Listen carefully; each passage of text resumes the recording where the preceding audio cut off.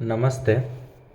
આજે થોડી ગ્રહો અને પૂર્વજન્મ અને જન્મની વાત કરીએ, કુંડળીની. હવે તમે જ્યારે કુંડળી બતાવવા જાઓ ને, તો એમને એવું પૂછવાનું કે મારા કયા ગ્રહો નબળા છે ને જેના કારણે મને દોષ મળે છે કે કોઈ પ્રોબ્લેમ પડે છે. એ પૂછશો ને તો તમારે એના પરથી તમે એના મંત્ર કરી શકશો.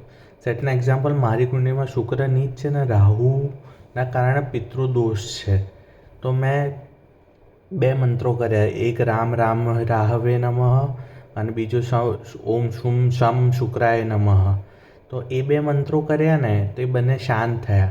અને બીજું કે મેં એ બી ધ્યાન રાખ્યું કોન્શિયસલી કે હું એ સાયકલમાં ના પડું કે પિતૃદોષ છે ને પરિવાર જોડે ડખો થાય. એટલે હું શાંત થયો. મેં પહેલાં કર્યું જ્યારે કોરોના ટાઈમ હતો ત્યારે જરૂરી હતું, જે હતું એ મેં કર્યું, પણ પછી મેં એ છોડી દીધું અને મેં આગળ વધ્યો જિંદગીમાં કે હવે એમાં નથી પડવું, કેમ કે કુંડળીમાં એ પ્રકારનું લખાયેલું જ છે.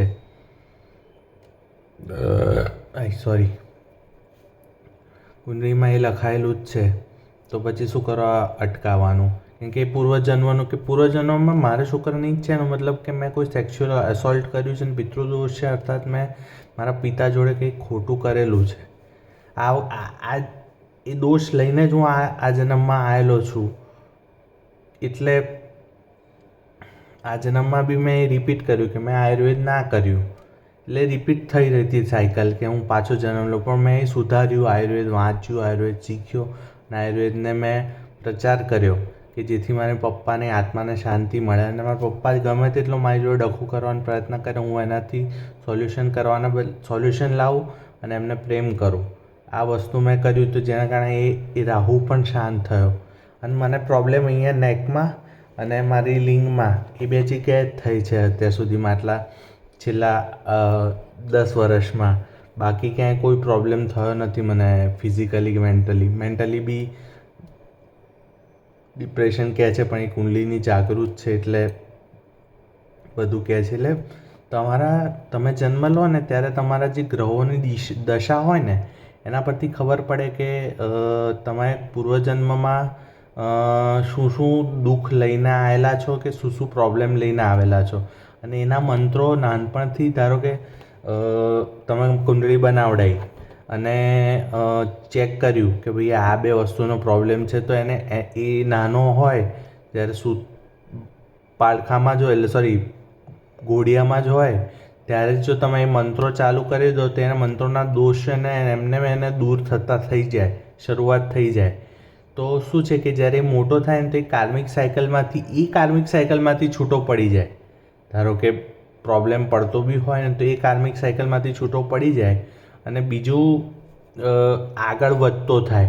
આગળ એટલે ધારો કે આધ્યાત્મિક સ્તરે જવું છે, પણ જો તમે ભૌતિક સ્તરે જાઓ તો પાછી બીજી એક કાર્મિક સાયકલ બાંધો છો, કેમ કે એ પાછા બંધનોમાં તમને લઈ જાય છે. એટલે આધ્યાત્મિક તરફ જઈએ તો નવી સાયકલ શરૂ થાય અને નવી સાયકલ શરૂ થવાની અટકે અને તમે મોક્ષ તરફ આગળ પ્રયાણ કરવાની જ્યાં સુધી પહોંચો ત્યાં સુધી.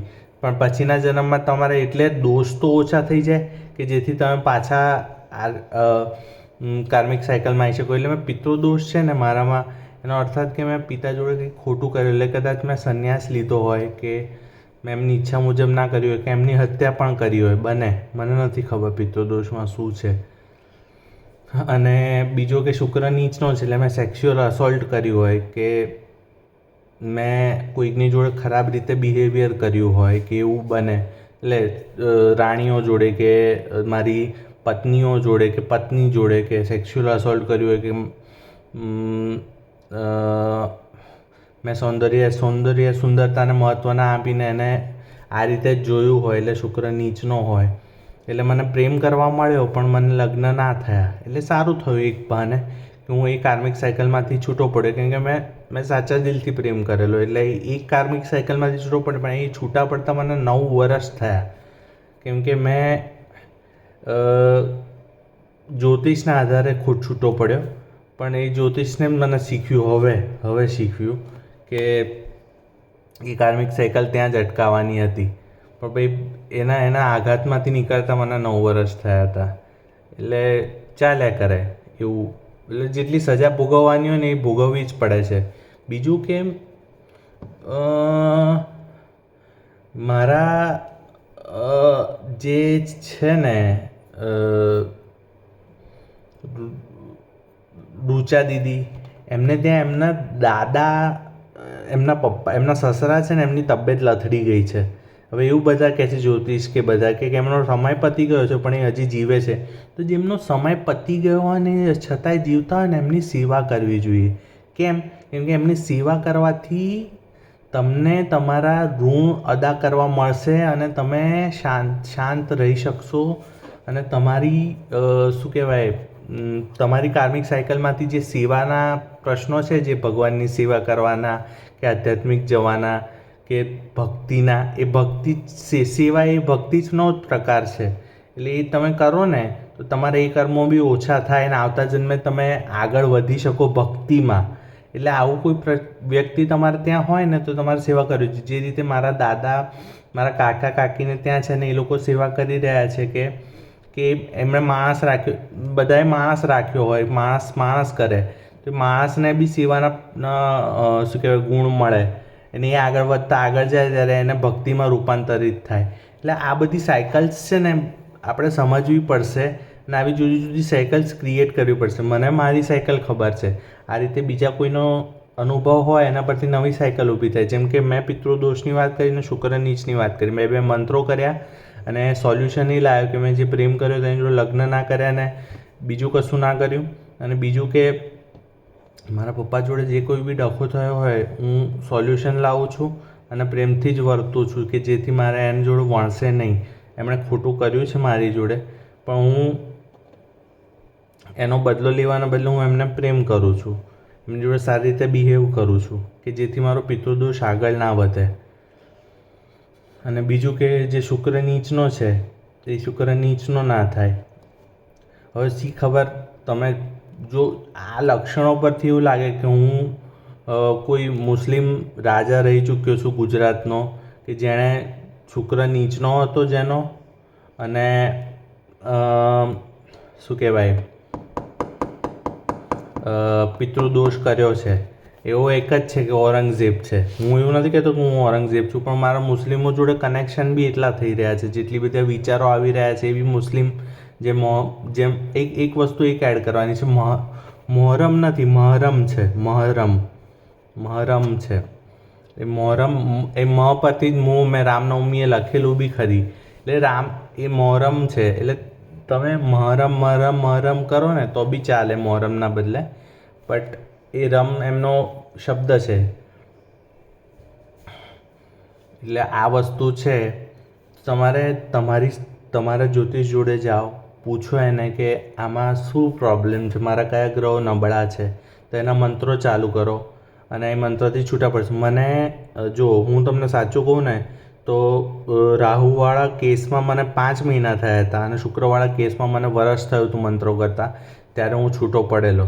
એટલે તમે નાનો છોકરો હોય ઘોડિયામાં હોય તો 2 વર્ષ સુધી તો એ એમ પણ કશું નથી સમજવાનો, એ કશું જ સમજતો નથી. એટલે હસી મજાક કરશે, પપ્પાની જોડે મળશે તો એને ત્યારથી જ મંત્રો ચાલુ કરી દો, ધીમા અવાજે ધીમા સ્વરે એને સાંભળ્યા કરે તો એ કાર્મિક સાયકલમાંથી એ છૂટો પડે ને તમારે બી કંઈ બેનિફિટ થવાના હોય તો તમને બેનિફિટ થાય.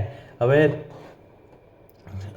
રાહુ, શનિ અને કેતુ કેવા છે કે જેવા કર્મો એવા ફળો. એટલે મેં જે કર્મો કરેલા એનું ફળ મને મળવાનું હતું એ મળી ગયું. મારી બહેનને સૂર્ય નીચનો છે તો મેં સૂર્યનો મંત્ર એને ગાયત્રી મંત્ર કરવાનો કીધો તો એ ઇન્ડિપેન્ડન્ટ થઈ ગઈ. એ પહેલાં અહીંયા ઇન્ડિયામાં હતી તો મારા મમ્મીની અંડર હતી, અમે કદાચ પહેલાં કીધું મમ્મીની અંડર શોષણ થતું હતું એનું, ત્યાં હતી તો પ્રતિકભાઈની અંડર એનું શોષણ થતું હતું. એ ઇન્ડિપેન્ડન્ટ જીવી નથી શકતી, કશું લખી નથી શકતી, એનો આર્ટ ક્રિએટ નથી કરી શકતી, એને આર્ટની સામે એનો વિરોધ થતો હતો. મારી મમ્મી બી આર્ટની વિરોધી, બહુ ખાસ એને પસંદ નહીં ના. મારી પ્રતિકભાઈને પસંદ હતું કેમ કે એક વખત પેન્સિલ રબર ને બધું આર્ટ ફિલ્ડનું બધું સ્ટેશનરી ખરીદી હતી અને બધું પાછું આપ્યા હતા કે તારા બધું નથી કરવાનું. તો એ કરતી થઈ, દોરતી થઈ, કાર્ડ્સ બનાવતી થઈ, જે અહીંયા બનાવતી હતી, કવિતાઓ લખતી થઈ. એટલે એના ગ્રહો ખુલ્યા, એ ઇન્ડિપેન્ડન્ટ થઈ, સૂર્યનો ચમક્યો. એટલે આ બધું કામ થયું છે, એ દેખીતું છે. એટલે હું કહું છું કે તમે તમારા ગ્રહો જે નબળા હોય બતાવો, એના મંત્ર કરો. મંત્ર જેવું પાવરફુલ કશું જ નથી, વીંટી બી નહીં, કશું દાન કરી શકો છો, બટ દાન કરતાં બી મંત્રો તમે તમારા માટે તમારી અંદર જે કામ કરે છે, કેમ કે તમે ઇવન જોશો ને તો તમારા પ્રોબ્લેમ્સ બી તમારા જે ગ્રહો નબળા હશે ને એની જોડે જોડાયેલા ચક્રો જોડે જ, અને ચક્રો જોડે જોડાયેલા ગ્રહો જોડે જ હશે. તમે ચેક કરજો, એ કરવા જેવું છે, એના પર રિસર્ચ કરવા જેવું છે કે કોને કયો પ્રોબ્લેમ મને તે થયો છે. કેમ અને બીજું કે આમાં માનવા પર બી છે. તમે માનો ને જાણો અને માનો ને તો જ તમને એ અસર કરે. એટલે હું તો માનું છું એટલે મારા પર અસર કર્યું અને મેં સોલ્યુશન લાવ્યું તો મને સોલ્યુશન મળ્યું. તો તમે પણ પ્રયત્ન કરો. ને આની પહેલાં બધું જણાવી દીધું છે કે ગ્રહો કયા છે, ચક્રો સાથે જોડાયેલા છે ને એના મંત્રો કયા છે, એ મેં બધું લખેલું મૂકેલું છે. કયું શું ખાવું જોઈએ ને શું નહીં એ બધું બી મેં લખેલું છે. એટલે એ પ્રયત્ન કરો અને સોલ્યુશન મળશે. અને એ સોલ્યુશન મળે તો તમારા માટે સારું થશે. તમે બીજા જન્મ જ્યારે જશો ત્યારે તમારી આધ્યાત્મિક ગતિ તમારી પાછી વધશે. એટલે આના પછીની જે જનરેશન આવશે ને, આજથી 100 વર્ષ પછી કે 200 વર્ષ પછી, એ આધ્યાત્મિક જ હશે. એ લોકો ઇન્ફોર્મેશન એજમાંથી વિઝડમ એજમાં આવી ગયા હશે અને એ લોકો